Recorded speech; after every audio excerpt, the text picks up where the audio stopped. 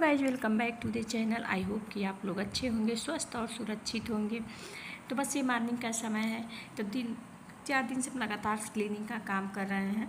तो आज सबसे पहले मैंने जो है नवरात्र के लिए जो मसाले लाए हैं, जिसमें धनिया, जीरा, काली मिर्च है, ये सारी चीज़ों को मैंने सबसे पहले बच्चों के चले जाने के बाद यानी लंच बना दिया था, वो लोग लेके चले गए थे। और इस समय खाना भी जल्दी ही बना लेते हैं ताकि क्लीनिंग का काम शुरू करें तो बीच में जो है फिर मन नहीं करता है, सिर्फ चावल रह जाता है। तो सुबह ही 8 बजे तक मतलब रोटी, सब्जी, दाल और जो भी नाश्ता बनाना रहता है बना देते हैं। उसके बाद ही काम शुरू करते हैं। तो बस ये जीरा था, धनिया था और काली मिर्च थी, तो उसको अच्छे से मैंने धुल दिया था। कभी कभी क्या होता है कि इन सबों में कंकड़ रहता है या कुछ कुछ गंदगी रहती है, कंकड़ नहीं भी रहे तब भी गंदगी निकल जाती है, तो साफ़ हो जाता है। और व्रत के लिए तो व्रत का मतलब ही होता है या त्योहारों का मतलब ही होता है कि सफाई। इसी बहाने आदमी साफ़ सुथरा सब कुछ अच्छे से कर लेता है। एक मन में भावना रहती है कि अच्छे से क्लीन करके ही माता रानी को भोग लगाएं या करें। तो ये सब जो भी नवरात्र में बनता है सब माता रानी को भोग लगता है, तो इसलिए सारी चीज़ों को धुल के अच्छे से जो है मैंने छत पे फैला दिया था। धूप भी इस समय इतनी ज़्यादा तेज़ हो रही है कि कोई भी चीज़ 1-2 घंटे में अच्छे से सूख जा रही है। तो सारे मसालों को मैंने धुल के छत पे डाल दिया था और सूखने लगे थे, फिर मैं आ गई थी। तो फिर आज किचन की क्लीनिंग करनी थी, बस यही बाकी है, किचन की क्लीनिंग, साथ में फ्रिज की क्लीनिंग बाकी है और भी कई सारी क्लीनिंग बाकी है, कुछ ना कुछ तो रह ही जाता है। तो बस सबसे पहले मेरे किचन में 2 ही रेक, एक नीचे वाला जिस पे गैस है और एक ऊपर का जिस पे जो है मैंने मतलब डब्बे रखे हुए हैं। तो काफ़ी ज़्यादा और नॉन मॉड्यूलर किचन में काफ़ी ज़्यादा किसी को भी दिक्कत होती है, क्योंकि हवा से या धूल धक्कड़ से हर 15 दिन पर इसको क्लीन करते रहते हैं, लेकिन फिर भी जो है गंदगी बंद हो जाती है। और चूहे ज़्यादा घर में है तो गंदगी कम होती है, लेकिन वो गंदगी ज़्यादा फैलाते हैं। तो मैंने सारे पेपरों को जो है निकाल दिया था, साथ में डिब्बे नीचे वाले रेक पे रख दिया था। अकेले रहो तो काफ़ी ज़्यादा दिक्कत होती है। तो बस स्टूल पे चढ़ के, ये रेक काफ़ी ज़्यादा ऊंचा है, तो बस यहीं से एक दिन पहले मैंने ऊपर वाले रेक को ही साफ़ करती हूँ, क्योंकि काफ़ी ज़्यादा ऊंचा है, दिक्कत होती है। और इस पर जो है पीछे सारा वो सामान रख देते हैं जिसका यूज 15 दिन 20 दिन पे लगता है, यानी बड़ा वाला डिब्बा सारा भर भर के रख देते हैं। छोटे वाले डिब्बे में जो भी सामान वही करके आगे रख देते हैं। जब फिर डब्बा खाली हो जाता है तो फिर उतार के उसको रख लेते हैं, क्योंकि इस पर ये वाली रेक पे बिना स्टूल पे चढ़े कोई भी सामान जल्दी मिलता नहीं है। और अचार मिर्चा जो है बड़ा वाला जो भी है शीशा जार है, वो सारा भी पीछे इसी रेक पर रखते हैं, क्योंकि बाकी कहीं और भी जगह नहीं है कि जहाँ रखा जाए। तो इस पर ऊपर जो है एकदम सेफ और सुरक्षित रहता है, क्योंकि सीढ़ानाथ का भी एकदम डर नहीं रहता है। तो वो सब भी अचार मिर्चा इसी पर ऊपर ही रख देते हैं। तो बस जंगले आद की जो किचन का जो है ये है कि जहाँ धूप और मतलब बहुत अच्छी आती है, और खाना बनाते समय गर्मी में भी गर्मी उतना नहीं महसूस होता है, क्योंकि हवा अगर चलती है तो थोड़ा बहुत लगता है। तो किचन मतलब अच्छा छोटा है, लेकिन मतलब ये ठीक है कि हवा धूप सब कुछ मिलती रहती है। बस ऊपर का किचन अच्छे से मैंने क्लीन कर दिया था, पेपर निकाल दिया था, फिर दूसरा पेपर उस पर लगा दिया है। डबल डबल करके पेपर लगाते हैं क्या कि पेपर भी जो है वो सारे चूहे काट देते हैं, तो फिर 10 दिन बाद, हफ्ते दिन बाद उसको बदलना ही पड़ता है। तो नीचे कभी कभी जो है पॉलीथीन लगा देते हैं, कभी पेपर ही चलता है। तो अभी सिर्फ पेपर लगा रहे हैं, क्योंकि अभी फिर 15 दिन के बाद दिवाली की क्लीनिंग करनी है, तो फिर करना ही पड़ेगा।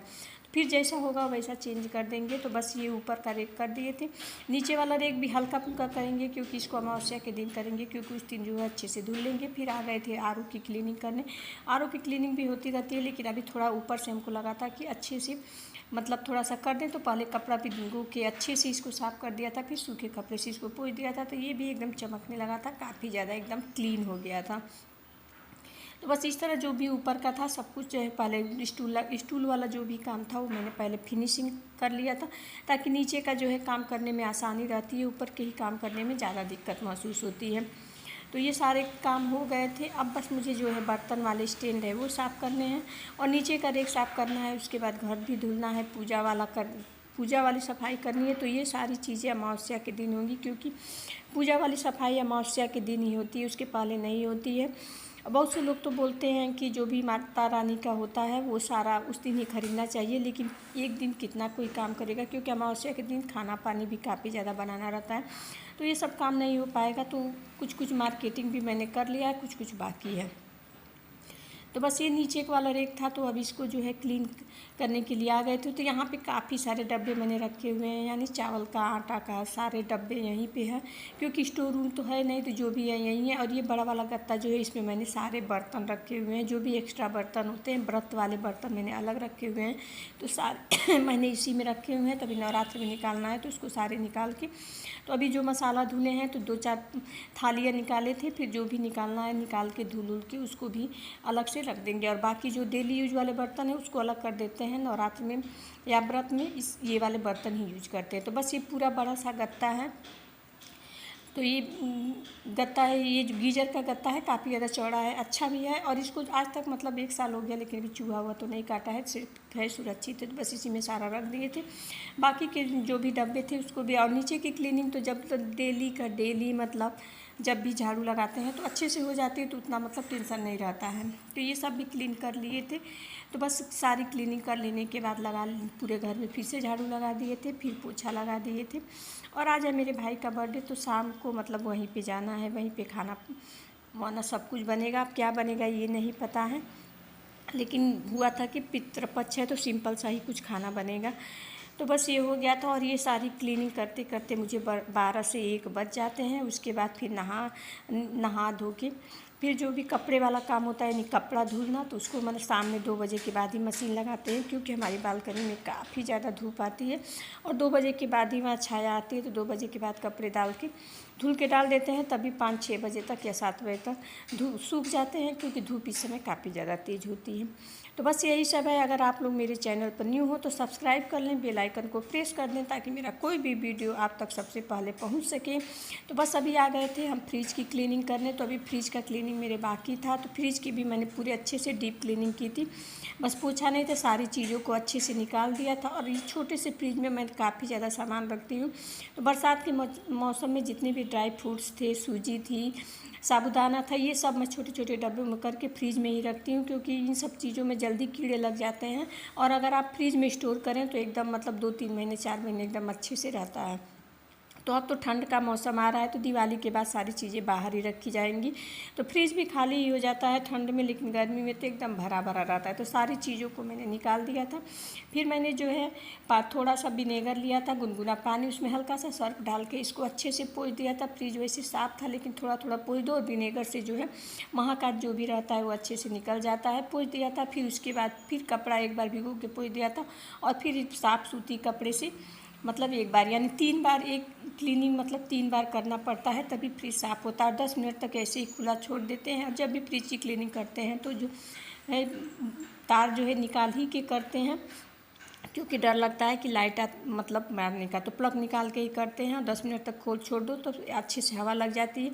और फ्रिज को साफ़ करने के पहले उसमें का जो भी मैट आट था वो सब साफ़ करके धूप में रख दिए, कि जब तक इसको क्लीन करेंगे वो सारा सूख जाएगा। तो अभी वो सारा चीज़ें देखिए सूख गया है था, तो फिर ले आके लगा दिए हैं तुरंत ही, क्योंकि सारा सामान फिर तुरंत ही लगाना था। और इसका मैट जो है काफ़ी ज़्यादा अच्छा है, काफ़ी ज़्यादा मतलब अच्छा है। उसको ऊपर से ही हफ्ते में चाहे 2 दिन 3 दिन पर पोंछ देते हैं पानी भिगो के, तो भी साफ़ हो जाता है। तो मैट ज़रूर लगा देना चाहिए। अगर मैट नहीं है आपके पास तो कोई भी पॉलीथीन लगा सकते हैं या पेपर लगा सकते हैं। तो जो भी चीज़ें रहती हैं ऊपर मैट के ऊपर ही रह जाती हैं, अंदर का जो है सफ़ेद है वो जो है एकदम गंदा नहीं होता है। तो बस सारी चीज़ों को मैंने फिर से लगा दिया था, और लगा के ये मेरा फ्रिज की क्लीनिंग भी अच्छे से हो गई थी। तो जिस तरह दिवाली की डीप क्लीनिंग होती है, सेम उसी तरह मैंने नवरात्र में हर साल मैं डीप क्लीनिंग करती हूँ। तो हल्की फुल्की क्लीनिंग ही दिवाली में रह जाती है। तो फिर अभी हो गई थी शाम, आ गए थे मायके, तो यहाँ पे बन रहा था लिट्टी चोखा। दाल हुआ था कि काफ़ी सिंपल सा खाना बनेगा, काफ़ी ज़्यादा दिन हो गया, क्योंकि पनीर पुलाव तो आदमी हमेशा खाता है। तो बस ये हो गया मेरे भाई का बर्थडे।